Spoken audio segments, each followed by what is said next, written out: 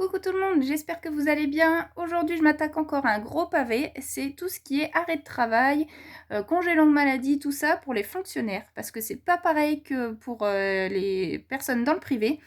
Donc c'est une grosse galère et c'est un petit peu incompréhensible parfois. Donc j'ai fait mes petites recherches. Après, il faut toujours aller voir une assistante sociale si vous voulez être vraiment sûr de votre coup.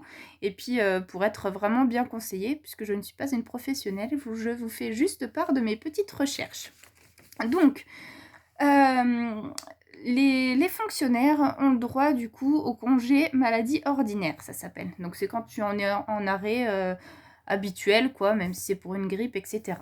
Alors ces congés-là, tu as le droit de les avoir normalement pendant 6 mois d'affilée, sachant que pendant 3 mois, les 3 premiers mois, tu as ton salaire complet, et ensuite tu es à demi-traitement pour les 3 mois qui suivent.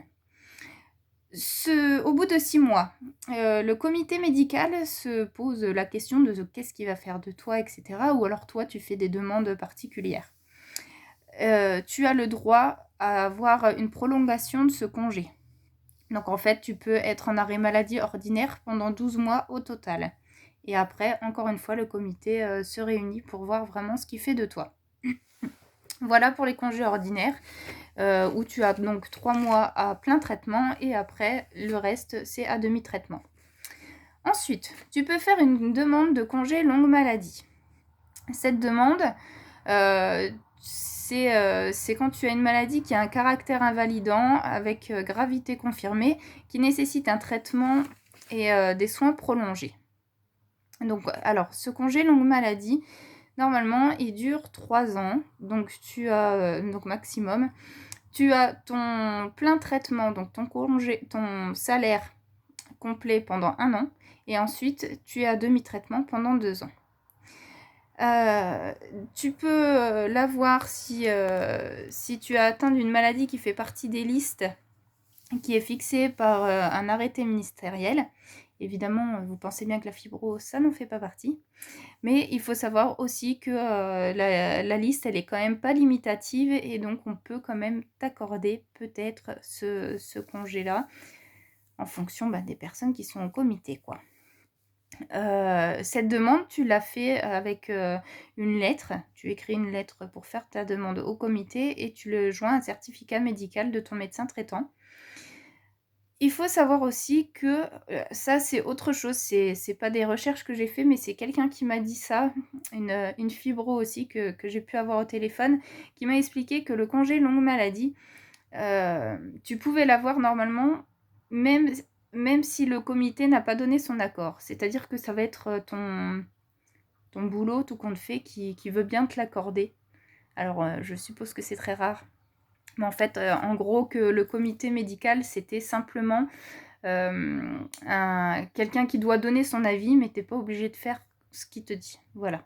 C'est vraiment à titre d'avis. Je trouve pas le mot que je veux dire, mais à titre indicatif, voilà, il va te donner son avis et après, normalement, le boulot fait ce qui est.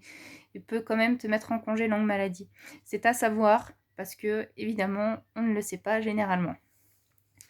Donc voilà, donc le congé maladie, donc si le longue maladie, si ça n'est pas accordé, tu as le droit de faire un recours devant le comité supérieur.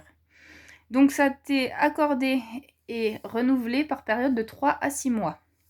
Quand tu veux faire ton renouvellement, il faut que tu refasses une demande à l'administration 1 mois avant l'expiration. Tu as la possibilité d'avoir plusieurs congés longue maladie si tu reprends tes fonctions pendant 1 an continu entre chaque congé. Et donc ça compte pour la retraite. À la fin de ce congé longue maladie, donc au bout de tes 3 ans, soit tu es apte et tu reprends ton boulot, soit tu es mis en dispo d'office, reclassé pour retraite, pour invalidité. Ou alors tu peux aussi avoir un congé longue durée. Congé longue durée. Alors là, c'est quand tu as une maladie grave, cancer, maladie mentale, etc. Donc il peut prolonger justement le plein traitement de ton congé longue maladie si au bout d'1 an, il voit que tu ne peux toujours pas reprendre ton boulot. Après, c'est encore ça, je pense que c'est vraiment en fonction des comités. Donc normalement, les personnes qui sont concernées par le congé longue durée, c'est les personnes atteintes de cancer, maladie mentale, tuberculose, poliomyélite, déficit immunitaire grave ou acquis. Pardon.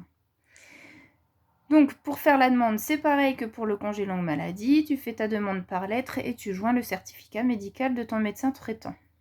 Apparemment, tu es soumis à une contre-visite et si ce n'est pas accordé, tu as encore le droit de faire un recours au comité médical supérieur.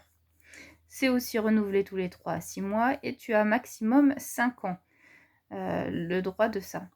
C'est-à-dire que pendant 3 ans, tu as ton congé, tu as ton traitement plein et pendant 2 ans, tu as demi-traitement.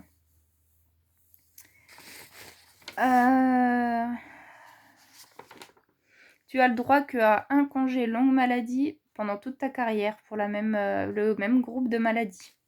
Il faut le savoir aussi. Et donc, toujours pareil, pour le renouveler, tu radresses pareil une demande 1 mois avant l'expiration et ça compte aussi pour la retraite. C'est pour ça que c'est aussi intéressant pour nous d'avoir ces congés-là parce que ça compte pour la retraite et c'est quand même pas négligeable parce que bien souvent, on peut être mis à la retraite pour invalidité et donc ça te fait quand même quelques années en plus, sachant que quand tu es mis en retraite pour invalidité, c'est que généralement tu es quand même plus jeune que la retraite et donc tu n'as pas une grosse somme. Voilà. Donc maintenant je vais passer à la disponibilité. Alors, sachez que cette vidéo je l'ai déjà faite et je la refais parce que je me suis plantée, parce que blonde comme je suis, j'ai fait un mauvais calcul, donc je vais vous expliquer lequel. Donc la disponibilité d'office pour raison de santé, c'est quand tu es inapte à reprendre ton travail ou que tu as un reclassement qui a été impossible. Donc voilà, c'est 1 an renouvelable 2 fois. Donc dans ma tête de petite blonde, c'était du coup 2 ans. Mais en fait non, ça fait 3 ans en tout. Voilà, donc on m'a fait la remarque, donc je refais cette vidéo, qui était longue en plus, mais c'est pas grave. Je préfère vous dire les vraies choses, plutôt que vous induire en erreur, malgré que je vous ai dit vraiment, allez voir quand même une assistante sociale, puisque je ne suis pas assistante sociale. Donc c'est 1 an renouvelable 2 fois, ça peut être renouvelable 3 fois, mais c'est rare, si le comité estime que vous pourrez reprendre ou être reclassé dans l'année. Donc en disponibilité, tu as le droit, normalement, c'est normalement un demi-salaire aussi. Donc une fois que que la disponibilité est finie, tu es soit en inaptitude partielle, donc ils vont adapter un poste ou te reclasser. Voilà, ils auraient pu te mettre en fait en disponibilité d'office le temps qu'il y ait un poste qui soit bon pour toi ou le temps de pouvoir faire tous les aménagements possibles pour te reprendre quoi. Donc voilà. Voilà, après tu es soit en retraite pour invalidité ou alors tu peux être licencié. Donc, si tu es apte à reprendre et que ta disponibilité elle a duré moins de 6 mois, tu peux retrouver normalement le même emploi. Et si c'est plus de 6 mois, bah, ils vont te mettre sur la première vacance ou la première création d'emploi qu'il y a. Pour le reclassement, alors en disponibilité aussi, excusez-moi, j'avais fait des recherches parce que je n'arrivais pas à savoir si tu pouvais bosser pendant ta dispo ou pas. Alors, ça a été compliqué de trouver parce que normalement, ouais, tu as le droit à peu près à un demi-salaire. Donc c'est un peu compliqué, hein. Je suis actuellement juste en congé maladie ordinaire, j'ai mon demi-salaire et on sait bien que ça peut être compliqué. Donc, j'ai fait des recherches et apparemment, tu peux travailler si ton boulot te l'accorde. Voilà, faut absolument faire la demande. Il ne faut pas faire ça dans leur dos. Il faut que tu préviennes et que tu préviennes 1 mois avant ta première prise de poste. Pour le reclassement, alors l'administration, elle établit un projet et il faut que tu donnes ton accord dans les 15 jours. Si tu n'as pas donné ton accord, c'est considéré comme refusé. Et donc à la fin de la préparation de ton reclassement, il faut que tu fasses une demande de reclassement. Voilà. Hop, c'est ce que j'ai. Je sais que c'est pas ultra précis, mais c'est ce que j'ai trouvé. J'ai pas trouvé beaucoup d'autres choses et c'est vrai que j'avais pas pu voir non plus d'assistante, sociale, donc je peux pas vous aider plus que ce que je trouve là, en tout cas. On va parler de la retraite pour invalidité.